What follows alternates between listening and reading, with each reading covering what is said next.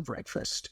It is 8:25, so let's have your electric vehicle considerations as you listen to our discussion. Based on the front page of the Times this morning, the Prime Minister's determined to stick to the 2030 ban on the sale of new petrol and diesel cars. He's apparently rejecting calls from Conservative backbenchers to try to relax that deadline. The forced transition to electric cars is reportedly going to be set out in the next few weeks.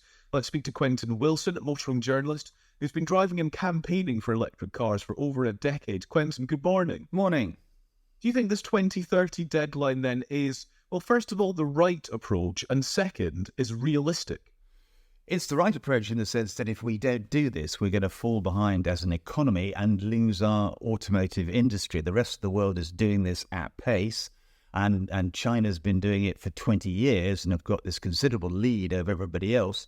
And if we don't do this, then our automotive industry will simply move somewhere else. So it's really, really important that we get with this and follow other countries. I mean, in Europe, there are 25 different battery factories either being built or planned, and we've got, what, 1, 2?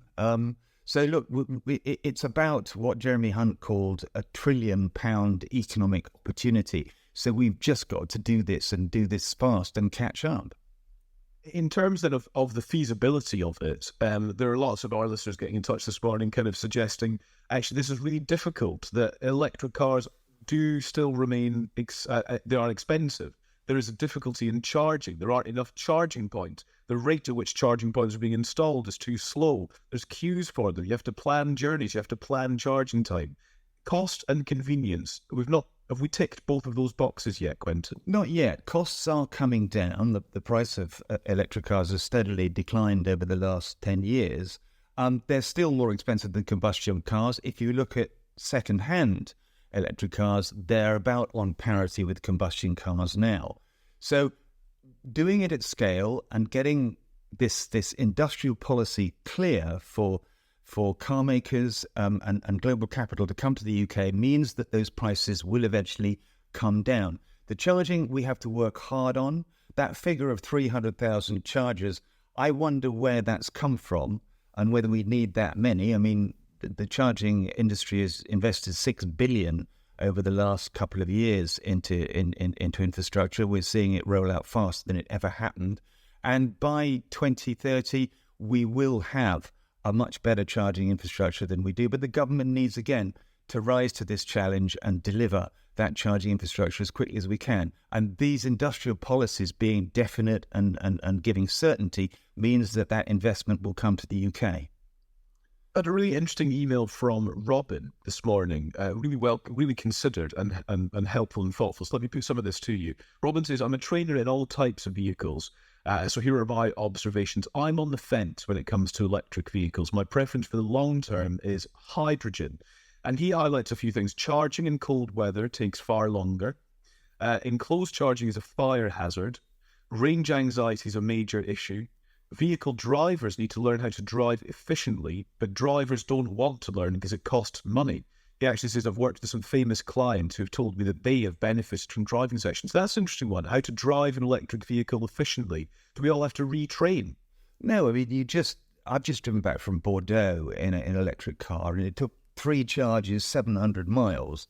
And you have this technology in the car that allows you to harvest energy. So you lift off and the regen just puts electricity back into the battery. So you could make a difference to your range. But that's just the same as driving a petrol or a diesel car and lifting your foot off the accelerator and driving sensibly. In terms of hydrogen, look, we have to look at hydrogen as an alternative. But at the moment, it's very expensive to make green hydrogen. There are challenges about distribution and storage. We shouldn't ignore it, but it is going to be much more expensive than just plugging your car into an electric charge point. And the convenience thing, maybe we have to think about the fact that, we don't have to do 600 miles in one trip without stopping. And most journeys are really short, 17 to 20 miles. An electric car with a reasonably sized battery will do the vast majority of people. I've been driving them for 10 years and never had a problem. Maintenance is considerably less than a combustion car. My electric car over the last 3 years, it's cost me £120 over those 3 years. So that's 40 quid a year in maintenance. And all the data we're getting back from people who have electric cars on lease and own them is a uniformly positive experience. So what we have to be very careful of is being told that we shouldn't buy electric cars or drive electric cars by people who have never driven them. Quentin, I've got an electric car. I love my electric car, but one of the things that I do find really frustrating, and I do feel this is another issue that the government needs to sort out, is a bit like when you go and park in a car park, and there's loads of different apps to pay. It's exactly the same with charging. It feels like there should be one universal app. I'm tired of standing in supermarket car parks in a part of the country where I don't live, trying to download an app in order for me to charge my car. Completely. Look, I have a campaign group called FairCharge, and we've just issued, in conjunction with the REC, a charging charter that says exactly this. I don't want to faff around with apps.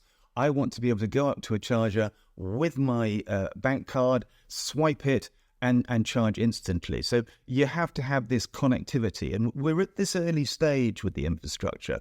And there has to be a uniform standard across all those chargers where you just come, plug in, pay, and that's it. Can I ask, actually, Quentin, you mentioned you'd driven back from Bordeaux. How frequently did you have to stop to charge, and therefore how much time do you reckon it added on to your journey? Well, look, I stopped 3 times because, you just want to go for a wee, you want to have some food. We had dogs, so we had to give them a walk. I probably could have done it in 2 charges, and those charges took 20 minutes each. So the time, it's not a great investment. Anybody who says they want to do a long journey of 500-600 miles without stopping is nuts. So it gives you a kind of peaceful, pause to the journey, and you can just stop and have something to eat and walk around. So it was never an imposition. It was quite enjoyable just to stop, charge up, relax, and then go. It's very, very interesting. Very, very interesting indeed to get your considerations, Quentin. Thank you very much. Thanks for speaking to us. Pleasure.